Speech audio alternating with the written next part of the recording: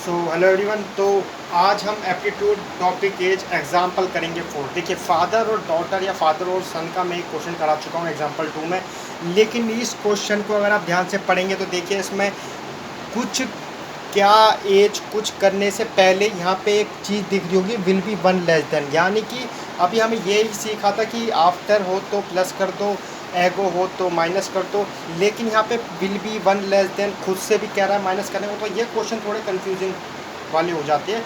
तो इनको करने का तरीका भी बहुत सिंपल है, आपको समझ में आ जाएगा। देखिए कितना आसान है। तो पहले क्वेश्चन पढ़ लीजिए, फादर इज 25। देखिए अब फादर और सन की बात कर रहे हैं तो हमें पता है कि एक की एज को तो एक्स मानना है, कभी भी फादर की एज को एक्स मत मानना। इन क्वेश्चनों में मैं बता रहा हूँ, हमेशा तो छोटे वाला उसको ही आपको एक्स मानना। तो मैं मान रहा हूँ प्रेजेंट एज ऑफ सन, मैं क्वेश्चन भी नहीं पढ़ रहा अभी, ठीक है, और मैं पहले ही मैंने क्वेश्चन ना पढ़े हुए इसको मान लिया एक्स, ठीक है। अब देखते क्या कहता है, प्रेजेंट एज सन का एक्स मान लिया, देखते फादर क्या कहता है। Father is 25 years elder to his sun.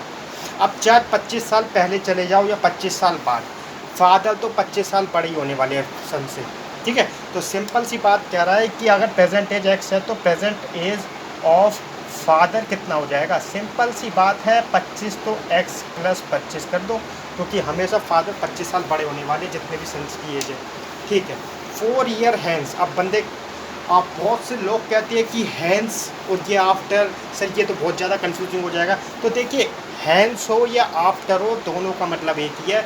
Hence मतलब प्लस, ठीक है, आफ्टर मतलब प्लस। तो यानी कि 4 ईयर हैंस यानी कि 4 साल बाद की बात कर रहा है। 4 साल बाद यानी कि 4 ईयर हैंस, उससे पहले कुछ, इससे पहले कुछ हो, मैं यहाँ पे लिख देता हूँ आफ्टर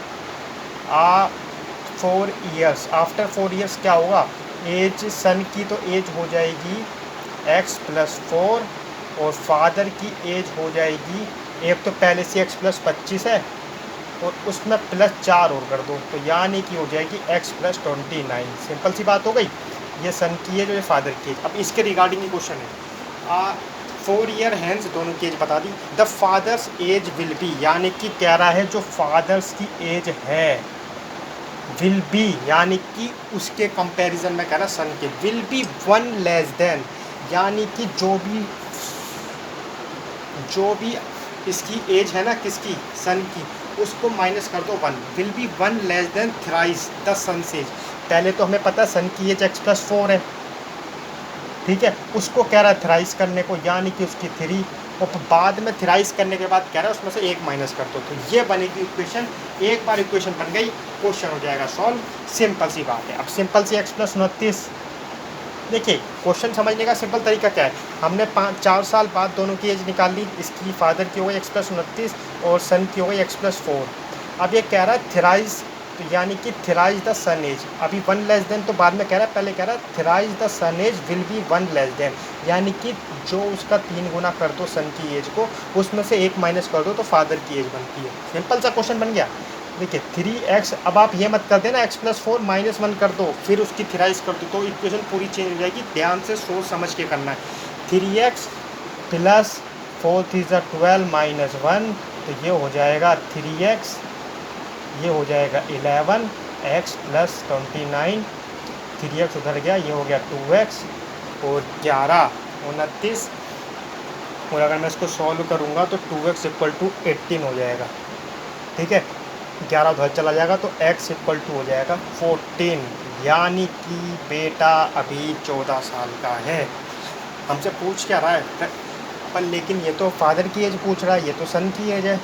तो फादर की एज थी, फादर एज थी x प्लस 29, यानी कि 14 प्लस 29, ये थी फादर की एज, जो कि बनता है 1 मिनट में से गड़बड़ हो गई, यहाँ 2x इक्वल टू 18 है तो यहाँ पे 14 क्यों आएगा, यहाँ पे 9 आएगा, ठीक है, मैंने गलती से 14 लिख दिया। तो फादर की एज हो गई 9 प्लस कितना, 25, 9 प्लस 25 जो कि होता है 34 ईयर्स।